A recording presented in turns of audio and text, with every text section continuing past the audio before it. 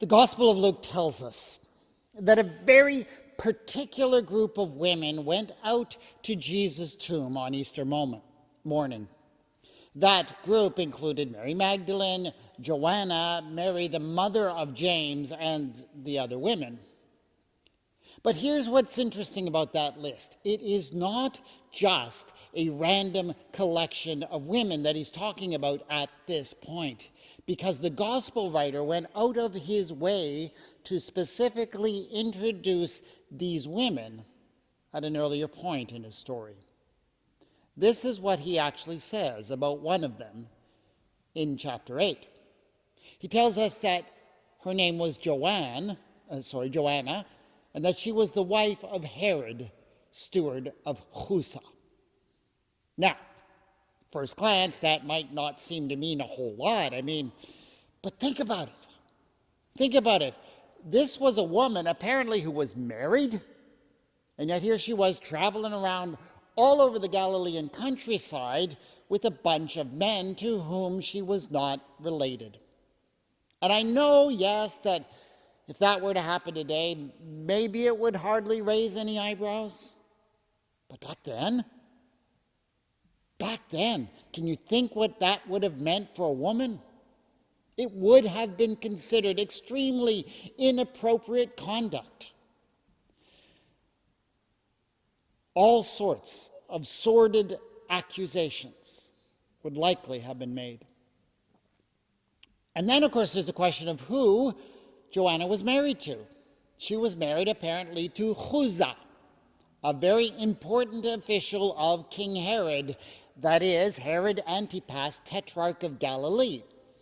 Now, Herod is someone that we are told in this same gospel was literally trying to kill Jesus. So do you really think that Herod's top official thought it was a good idea that his wife was wandering all over the Galilean countryside with a guy that his boss wanted to kill? I don't think so. Something here doesn't quite make sense. So what is Joanna's story?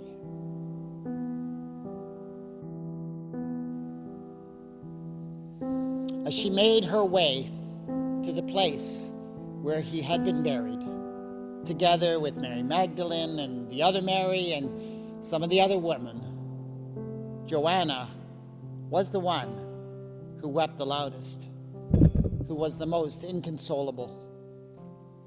Jesus had meant so much to each one of them. Mary had had a huge number of problems before she met Jesus, so much so that she was said to have had 7 demons. But of all of them, perhaps Joanna was the one who had felt the most unsafe, the most alone, when Jesus first reached out to her. See, Joanna had been given by her parents to her husband Chusa at a very young age. Chusa was about 2 decades older than her, had already been married twice. And Joanna was never told what happened to his other wives, why they had both died so young. But once she had gotten to know her new husband, she began to have her suspicions. Chusa was very wealthy and a very powerful official in the king's court. And so, to her surprise, Joanna found herself the mistress of a very prosperous household. She had servants at her beck and call. She had beautiful jewels and fine clothing. And she tried to do her very best to be kind to all the people in her household. But Chusa could also be very cruel and very demanding. I will not tell you all of the ways in which he mistreated his wife, and indeed most of the people in the household. I will just tell you that Joanna soon found her life to be filled with fear and dread. So hard was her life that her health began to fail. and it was as if she was fading away. And so it was that one day the servants decided that they would not allow this to go on. They had already watched two of their mistresses as they faded and died under their watch. They decided they could not let it happen to a third. And so they came together and came up with a plan to save this one who had been so kind to them.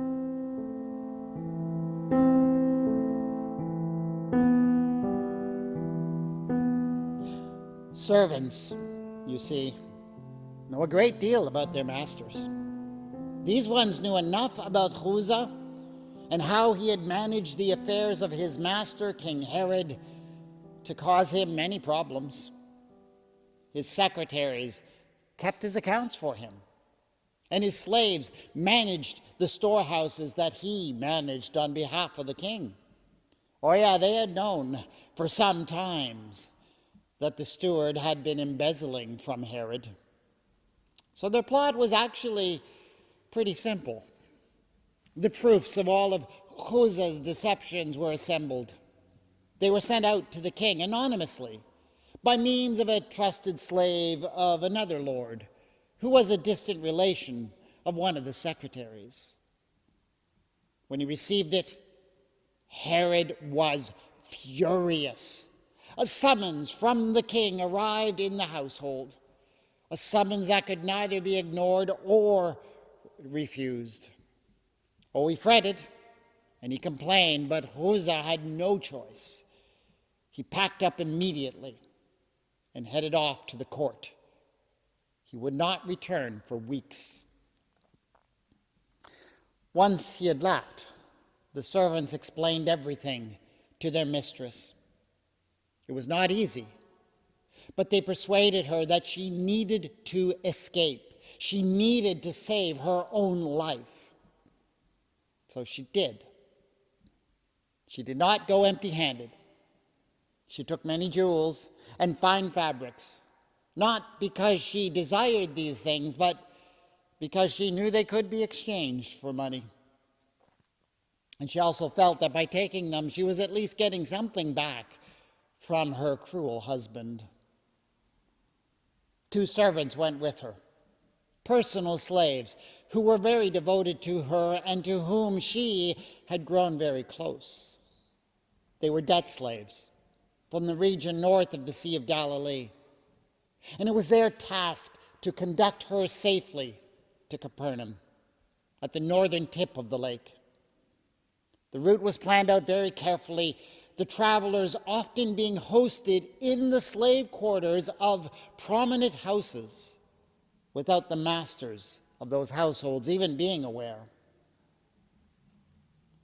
When they finally arrived in Capernaum, Joanna gave to the 2 slaves their freedom, a small thing for her to give in exchange for them taking such a terrible risk for her sake. They left her with tears and cries of blessing, clutching manumission papers in their hands. As she watched them go, Joanna realized just how alone she was now. She had no friends, no family she could turn to. No one would dare to help her. The precious things she had brought with her, she could not safely sell or trade. She could have easily ended up robbed and beaten to death by the side of the road, or perhaps forced to ply the trade of a prostitute just to survive, if no one had come to help her, if no one would protect her. And yet, she could not regret having chosen to live, for a while at least, free of the tyranny of her husband.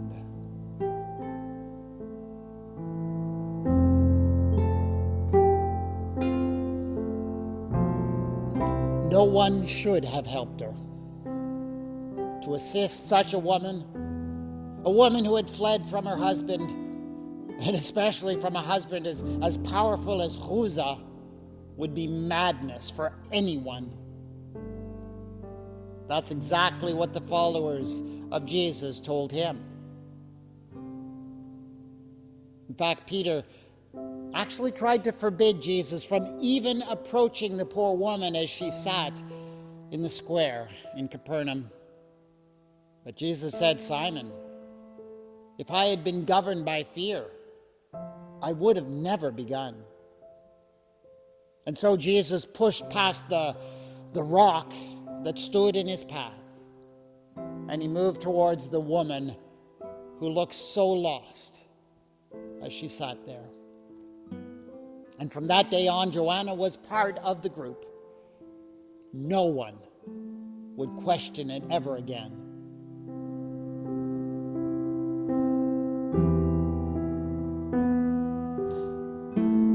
And so perhaps you can understand why Joanna was so distraught on that early morning, on the third day after his resurrection, when she had been at her worst, when she had been most lost, most alone.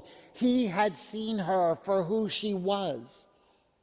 Everyone else had only seen her as a problem, as a risk, as a woman on the run from her husband, as damaged goods, because she would never be able to escape her husband's power and influence. But Jesus had seen none of that. He had only seen a beloved child of God. His open embrace of her was about the bravest thing she'd ever seen anyone do. And yet he had done it without fear, without a moment's hesitation. The idea that someone so brave could even live in the world had given her hope, the hope she needed to go on living and find the first true joy she had known in her life in the community of women who had come to Jerusalem with him. But now that lack of fear, that willingness to do the right thing no matter what the cost, had brought him to this. And if the world could destroy such perfect love as had been found in him, well, what would happen to her?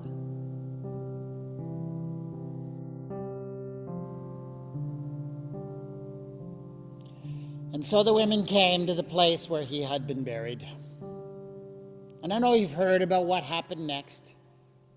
They found the tomb open. They feared, of course, the worst, that it had been plundered, or perhaps that the wild animals had gotten to the remains. Those worst fears seemed confirmed when they discovered that the body was indeed gone.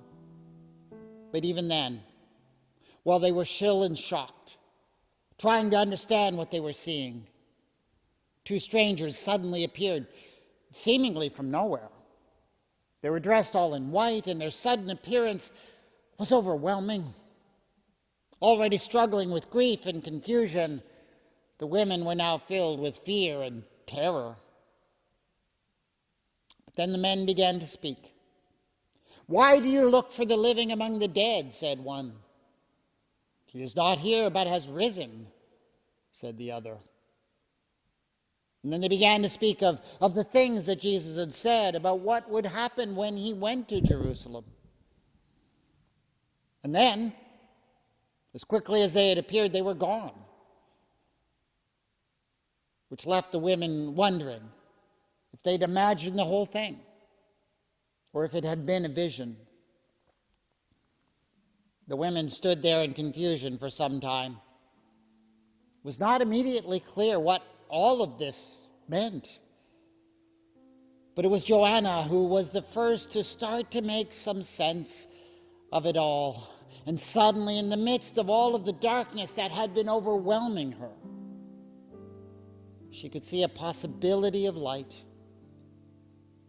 When she had been utterly defeated and alone, dead, he had brought her back to life by giving her a place where she belonged. Now he had been defeated in his turn. But what if this defeat had led to a new victory, far beyond all hope, far beyond all reason? even that possibility seemed to change her perspective on everything.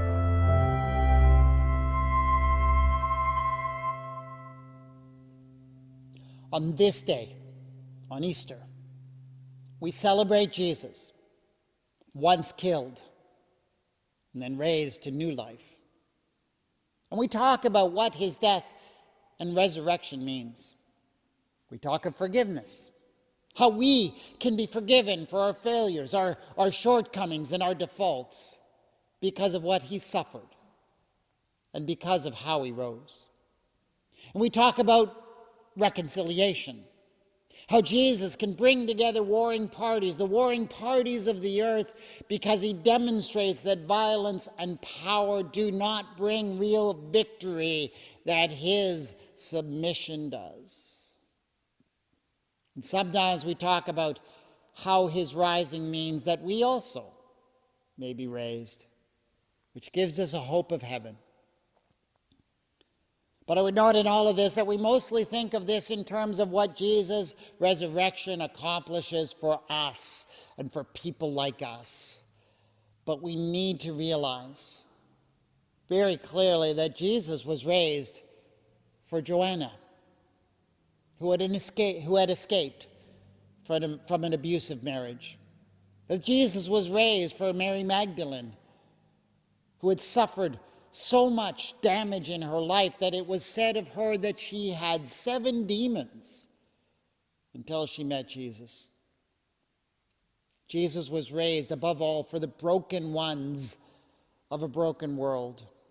And he did that because he was often the only one who was brave enough, the only one who was loving enough to reach out when no one else dared. Throughout his entire ministry, he'd already put his life on the line many times by standing up for people that no one else would help. And so when the time came, yes, he was literally willing to lay down his life for them, because he knew no one else would. And he came back. Jesus came back for the Joannas and the Marys, and the people that no one else cared enough for. That's how much Jesus cares about the broken people of this world. And if we really want to know the power of his resurrection, I would suggest that the best way to do that would be to take up the same task. Stand up for the rejected, the forgotten, the scorned of this world. For as we come alongside them, we will know the power of Christ and his resurrection from the dead by sharing it with those who need it most.